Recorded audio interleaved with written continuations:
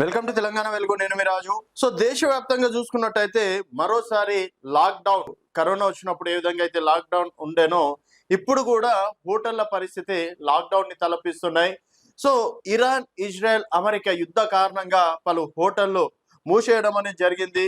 చాలా వరకు కొంతమంది కట్టెల పొయ్యి మీద వండుతున్నారు, కొంతమంది కేవలం పెద్ద పెద్ద 5 స్టార్ హోటల్ లాంటివి కూడా టీ కాఫీలు మాత్రమే అమ్మేటువంటి పరిస్థితి.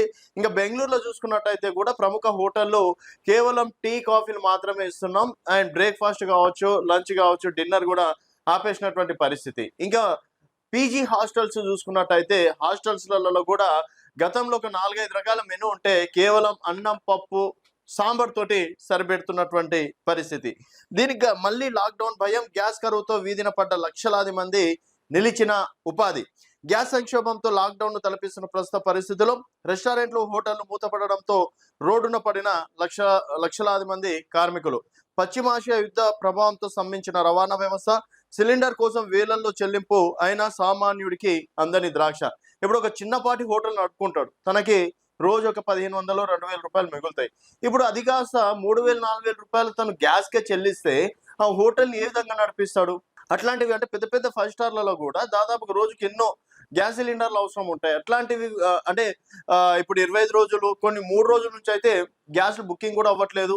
గ్యాస్ ఏజెన్సీల దగ్గరనే నో స్టాక్ బోర్డు పెట్టేయడం అనేది జరిగింది. దీనిపైన అంటే మధ్యవర్తిత్వం ఎవరైనా వహించినా, స్టాక్ పెట్టుకొని ఎవరైనా లేదన్నా కూడా చర్యలు తీసుకుంటామని ప్రభుత్వం చెప్తున్నప్పటికీ ఎక్కడో మారుమూల దగ్గర వాడు దాపెట్టుకొని కమర్షియల్గా అమ్ముకునే దాన్ని కూడా ప్రభుత్వం వరకు చేరుతుందా? అండ్ నోయిడా వంటి నగరాల్లో గ్యాస్ సిలిండర్ల సరఫరా పూర్తిగా అస్తవ్యస్తమైంది. ఒక హోటల్ రంగంలోనే వేల సంఖ్యలో రెస్టారెంట్లు తాత్కాలికంగా మూతపడ్డాయి. ఇందులో పనిచేసే వెయిటర్లు, క్లీనర్లు, వంట మనుషులు మళ్ళీ తమ సొంత ఊర్లకి పయనం అవుతున్నారు. కరోనా సమయంలో ఎలాగైతే పని లేక ఇంటికి వెళ్ళామో ఇప్పుడు గ్యాస్ లేక మళ్ళీ అదే పరిస్థితి వస్తుంది అని నోయిడాలోని ఒక రెస్టారెంట్ కార్మికుడు ఆవేదన వ్యక్తం చేశారు. బ్లాక్ మార్కెట్లో విలయతాండవం కొరతను ఆసరగా చేసుకుని అక్రమ వ్యాపారులు కోట్లు గడిస్తున్నారు. సాధారణంగా దొరకాల్సినటువంటి బ్లాక్ మార్కెట్ లో 5,000 దాటినప్పటికీ గ్యాస్ దొరుకుతుందన్న గ్యారంటీ లేదు. 5,000 రూపాయలు ఇచ్చినా కూడా గ్యాస్ దొరుకుతుందా లేదా అన్నది డైలమాలో ఉంది. అలాగే మరోవైపు డొమెస్టిక్ గ్యాస్ ను ఆక్రమంగా హోటళ్లు మళ్లిస్తుండడంతో సామాన్యులకు కూడా వంట గ్యాస్ అందడం లేదు. ప్రభుత్వం జోక్యం కోసం ఎదురుచూపులు, ఉపాధి కోల్పోయిన లక్షలాది మంది కార్మికులు. ఎగ్జాంపుల్, ఒక హోటల్ను నడిపితే ఆ హోటల్లో దాదాపుగా ఒక 7-8 మంది పనిచేస్తారు అనుకుందాం. సో 7-8 మంది ఇప్పుడు అంటే హోటళ్లు బంద్ చేయడం తోటి ఆ 7-8 మంది కూడా ఈరోజు రోడ్ల పడాల్సినటువంటి పరిస్థితి. మరి ప్రభుత్వం దీనికి ఎలాంటి సొల్యూషన్ చెప్తుంది? అక్కడేమో ఇరాన్, ఇజ్రాయెల్, అమెరికా యుద్ధం ఇప్పట్లో ఆగే పరిస్థితి మాత్రం కనిపిస్తలేదు. సో వీలైనంత త్వరగా ఇక్కడ భారతే ఇరాన్ తోటి మాట్లాడుకొని మరి అక్కడ ఏమన్నా చర్యలు చేపడితే కొంతవరకు సామాన్యులకి ఆసరగా ఉండే అవకాశాలు ఉన్నట్టు కూడా తెలుస్తుంది.